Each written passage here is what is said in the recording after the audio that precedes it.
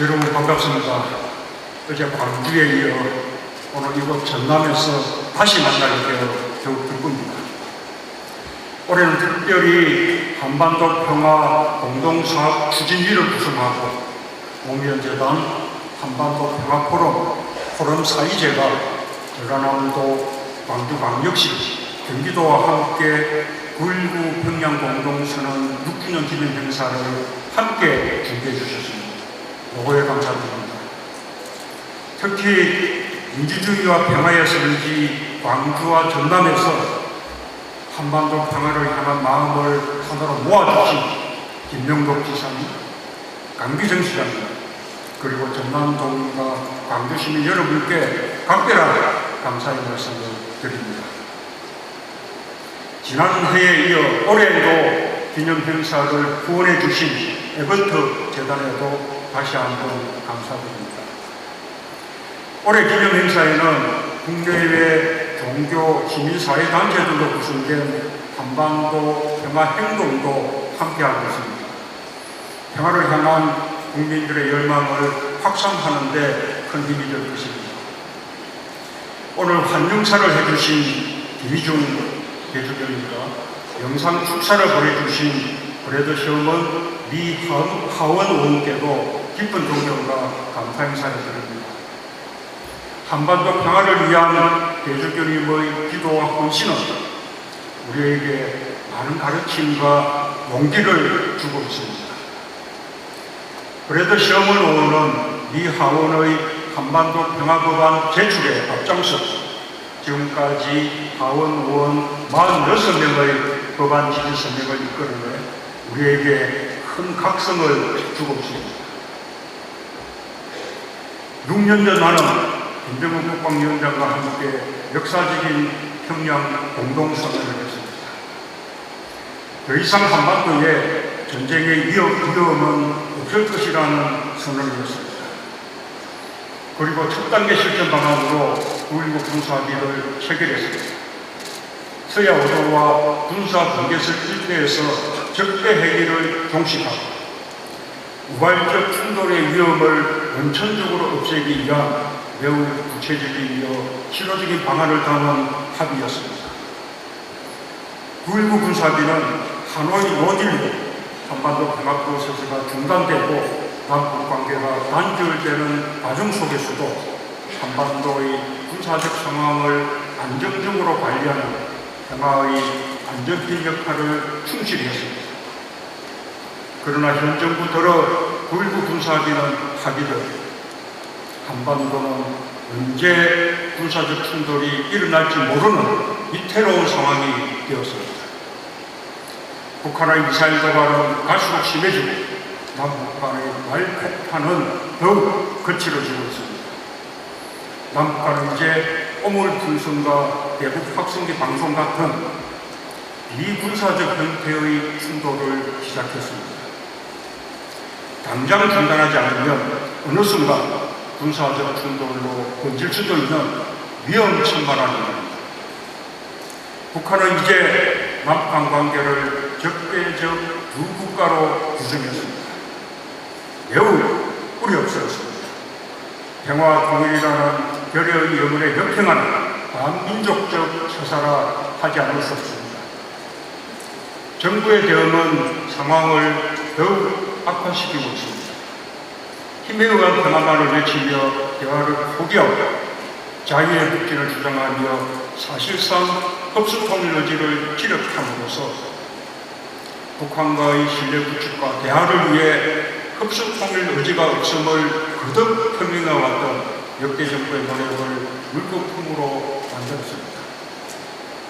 더욱 우려되는 것은 한반도를 둘러싼 냉전구도가 새롭게 강화되고 있다는 점입니다. 신냉전구도는 한반도 평화와 우리 국익에 치명적인 악영향을 줄 것이 명백합니다. 진영을 나눠 대립하는 냉전구도는 남북 간의 화해와 협력의 길을 막고 한반도 비핵화를 더욱 어렵게 만들 것이며 대한민국의 경제 발전과 번영에도 큰 걸림돌로 작용할 것입니다. 그러나 우리의 바람과 달리 한미일과 북중러의 대결 구도가 한층 강화되고 대한민국이 첨예한 대결 구도의 최전선에 서면서 한반도는 언제 뚫릴지 모르는 신냉전의 하약고가 되고 있습니다. 대한민국이 신냉전 구도 강화에 앞장서거나 편성해서는 안 됩니다. 우리의 안보를 국제 정세에 따라 요동치게 만드는 리스크는 됩니다. 한반도가 군사적 대결의 최전방이 될 위험이 커진다는 사실을 직시해야 합니다. 한반도는 이미 냉전구도 속에서 세계에서 가장 참혹한 전쟁을 겪은 바 있습니다. 우리에게 평화보다 절실한 가정은 없습니다.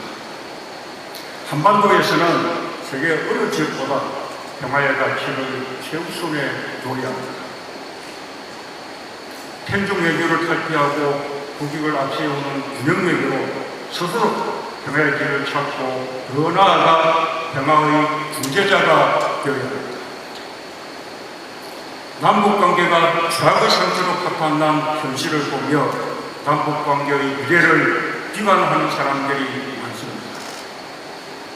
그러나 위기 속에서도 희망은 있는 법입니다. 나는 77년 독일 베르그 재단 연설에서 한반도 평화 프로세스를 위한 4대 실천 방안을 제시했습니다. 이산가족 상공 재개, 북한의 평창 동계올림픽 참관, 군사 분계선에서 적대미 중단, 그리고 남북 정상회담이 그것이었습니다.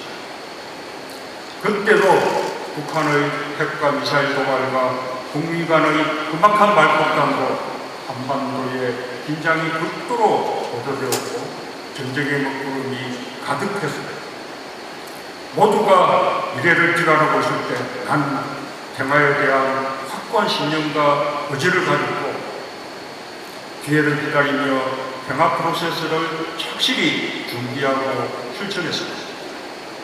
그 결과 많은 사람이 몽상처럼 여겼던 4대 실천 방안을 1년 안에 모두 실현할 수 있었습니다. 결코 우연히 이루어진 것이 아닙니다. 오직 평화만 보고 역대 정부의 개국 정책들을 발전시키면서 뛰어난 의지와 노력이 만들어낸 것입니다. 2018년 우리는 한반도 평화의 정상까지 오르지 못했지만 정상으로 가는 길을 보았습니다. 어느 정도는 다시 노력이 이어지려면 그때는 정상에 오를 수 있을 것이라 믿습니다. 북한과 대화하고자 했던 역대 정부의 노력들은 그 하나하나가 평화로 가는 과정이었습니다.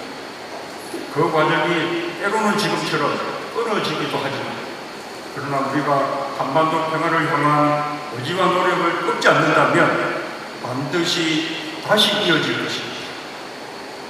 1972년 7.4남 공동선언, 1991년 남북 기본합의서, 2000년 6.15 남북 공동성명, 2007년 14 남북 정상선언, 2018년 판문점 선언과 평양 공동선언은 모두 적대와 위기의 세월을 뛰어넘으며 이어져 온 것입니다. 우리가 내딛었던 2018년의 평화를 향한 큰 걸음은 평화를 지향하는 정부가 새로운 한반도 평화 프로세스를 재개할 때 그 출발점이 될 것입니다. 한반도 운명의 주인은 우리입니다. 한반도 운명을 남에게 맡겨서는 안 됩니다. 우리가 주도적으로 해결해 나가야 합니다. 우리의 미래를 결정하는 일에 우리가 뒷전으로 밀려서는 안 됩니다. 부한말과 명진식이 한반도를 강대국들의 각축장으로 연락시켰던 뼈아픈 과거를 되돌아보며 주변 강대국의 이해관계에 따라 한반도 상황이 요동치게 내버려둬서는 안 됩니다. 문재인 정부는 한반도 평화를 위해 주도적 역할을 하고자 했습니다. 미국과 북한을 중재해서 사상 최초의 북미 정상회담을 성사시켰습니다. 평양 공동선언의 영변 핵시설의 조건부 폐쇄를 명시하여 그동안 국민 간에만 이루어졌던 비핵화 의제를 남북 간의 합의로 이끌어냈습니다. 남북 관계와 북미 관계는 선순환해 나가야 하는 것이지만 그 선순환을 주도하는 것은 우리여야 합니다. 북미 관계가 교착 상태에 빠진다면 남북 관계 발전에 속도를 내어서 북미 관계 발전을 이끄는 것도 필요합니다. 남북 대화가 선행되고 그것을 통해 북미 대화까지 이끌어내야 합니다. 비핵화도 북미 간의 문제로만 이루지 말고 우리가 더 적극적으로 관여해야 합니다. 미국의 대선 이후 새 정부가 출범하면 북미 대화 재개가 추진될 가능성이 있습니다. 미국의 입장에서도 갈수록 커져가는 북한의 핵과 미사일 위협을 해결하지 않으면 안 되기 때문입니다. 그럴 때 우리가 과거처럼 이른바 패싱을 당하고 소외되어서는 안 됩니다. 지금 우려되는 것은 그럴 가능성이 없지 않다는 것입니다. 지금처럼 대화를 외면하고 대결 노선만 고집하다가는 언젠가 북미 대화가 재개될 때 지붕만 쳐다보는 우를 범하게 될 것입니다. 판문점 선언과 평양 공동 선언이 우리에게 남기는 교훈은 우리가 한반도 평화를 위해 주도적 역할을 할 수 있다는 사실입니다. 그 소중한 교훈을 잊어서는 안 될 것입니다. 한반도 평화를 위해서는 대화밖에 다른 일이 없습니다. 전쟁 중에도 대화를 하는 것처럼 대화는 할 수 있어서가 아니라 해야 하니까 하는 것입니다. 지금 한반도 상황은 한국 전쟁 이후 가장 위험한 상황입니다. 상대가 좋든 싫든 안보 위기를 해소하기 위한 대화 노력이 절실합니다. 대화는 평화 공존을 전제로 합니다. 대화에는 무엇보다 진정성이 중요합니다. 대화를 하다면서 북한의 체제 붕괴와 흡수 통일을 말한다면 대화가 될 리가 없습니다. 대화의 상대를 더 강경하게 만들고 관계를 경색시킬 뿐입니다. 상황이 더 나빠지기 전에 진정성을 가지고 대화에 나설 것을 현 정부에 촉구합니다. 북한에 대해서도 강력하게 촉구합니다. 다시 핵에 매달리고 대결을 외치며 과거로 회귀하는 것은 무모하고 위험합니다. 국제사회 고립을 더욱 깊게 만들 것입니다. 하루속히 대화의 장으로 돌아와야 합니다. 평화가 모든 것을 보장해 주지 않지만 평화 없이는 대한민국의 번영도 지속 가능하지 않습니다. 북한도 마찬가지일 것입니다. 대화만이 평화를 만들 수 있습니다. 북한의 핵과 미사일이 더 고도화되고 한반도 평화의 길이 더 험난해진 것도 사실입니다. 비핵화의 협력을 새롭게 강구하고 평화 프로세스도 다시 설계해야 할지 모릅니다. 그러나 대화의 길을 포기해서는 안 됩니다. 상황을 더 악화시키지 않으면서 위기를 끝낼 대화에 지체 없이 나섭니다. 이것이 지금 남과 북 모두가 해야 할 선택입니다.